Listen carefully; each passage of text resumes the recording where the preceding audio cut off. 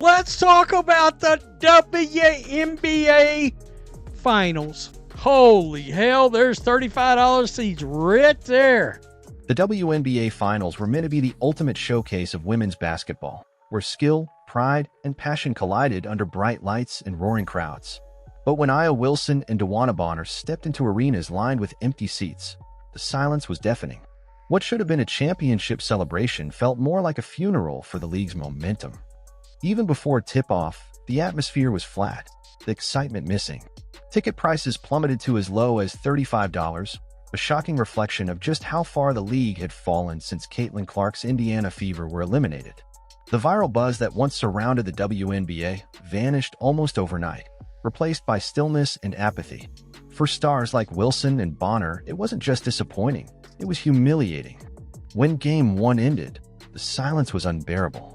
Instead of triumphant cheers, players were met with awkward applause and the eerie emptiness of hollow arenas. Wilson tried to stay composed in her post-game interview, but the frustration slipped through. "We're playing some of the best basketball out there," she said softly, "but it's like nobody's watching." That truth stung. The league had spent months pushing narratives about parity, unity, and growth, but the reality was cruel. Fans weren't connecting with the finals the way they had with Caitlin Clark's story. By Game 2, the tension boiled over. Cameras caught Aya slamming a towel onto the bench, her face tight with anger. Bonner shook her head after a missed shot, mouthing words the microphones couldn't catch. But fans online quickly filled in the blanks. Clips went viral, and comment sections erupted. "Maybe if they didn't hate on Caitlin Clark, people would actually care," one reply read. Harsh, but it reflected a growing public sentiment. The veterans who had dismissed Clark's meteoric rise were now facing the consequences. They had underestimated her reach, and the fallout was unfolding on the league's biggest stage.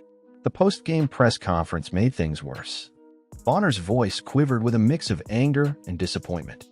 "It's embarrassing," she said. "We put everything into this, and people act like it doesn't matter." Wilson, sitting beside her, nodded quietly. "We shouldn't have to beg for respect," she added, her voice breaking.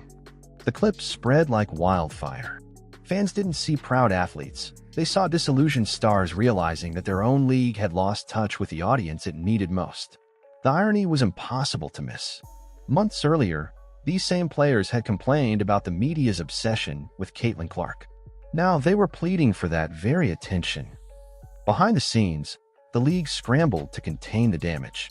Kathy Engelbert, the WNBA commissioner, appeared at a press conference to restore order. But her attempt to deflect questions about low attendance backfired spectacularly. The commissioner's refusal to acknowledge the obvious left players, teams, and supporters more divided than ever. As the finals dragged on, the league's reputation continued to crumble. Television ratings dropped by nearly half compared to the semifinals that featured Clark's Indiana Fever. Sports analysts called it the quietest championship in WNBA history. One commentator summarized it best: "Fans aren't watching the game, they're watching who gives them a reason to care." That line echoed across talk shows, podcasts, and YouTube commentary channels, hammering home what everyone already knew. The WNBA's growth wasn't built on infrastructure or legacy. It was built on personality, and right now, the league had turned its back on the one player who gave it life. By Game 3, the optics were disastrous. The league tried to pump energy into broadcasts with celebrity shoutouts and halftime features, but nothing could mask the sight of empty seats. Players were visibly deflated. The fire that had driven them all season had been replaced with resignation. In private, Wilson reportedly told teammates, "It feels like we're playing for no one." Bonner echoed the same sentiment in quieter tones, telling staff, "You can't ignore the fans. They decide who matters." When the final buzzer sounded, the confetti fell on a hollow victory. The champions smiled for cameras, but the joy felt forced, mechanical, empty. The WNBA had dreamed of making history. Instead, it had exposed itself. The league's leadership had spent months trying to downplay Caitlin Clark's impact, only to learn the hard way that she was the impact. The moment she was gone, the numbers collapsed. The audience vanished. The energy died. And so, as the dust settled and the headlines poured in, one truth remained undeniable. The WNBA doesn't have a talent problem. It has a connection problem. Fans don't want press statements or forced unity. They want authenticity, emotion, and players who respect the people who fill the seats. The league's failure to recognize that cost them their biggest moment. Without Caitlin Clark, they weren't just missing a star, they were missing a heartbeat. So now the question isn't who won the finals, but what the league learned from them. Can the WNBA rebuild the bridge it burned with its own fan base? Can stars like Aya Wilson and DeWanna rediscover what made fans care in the first place?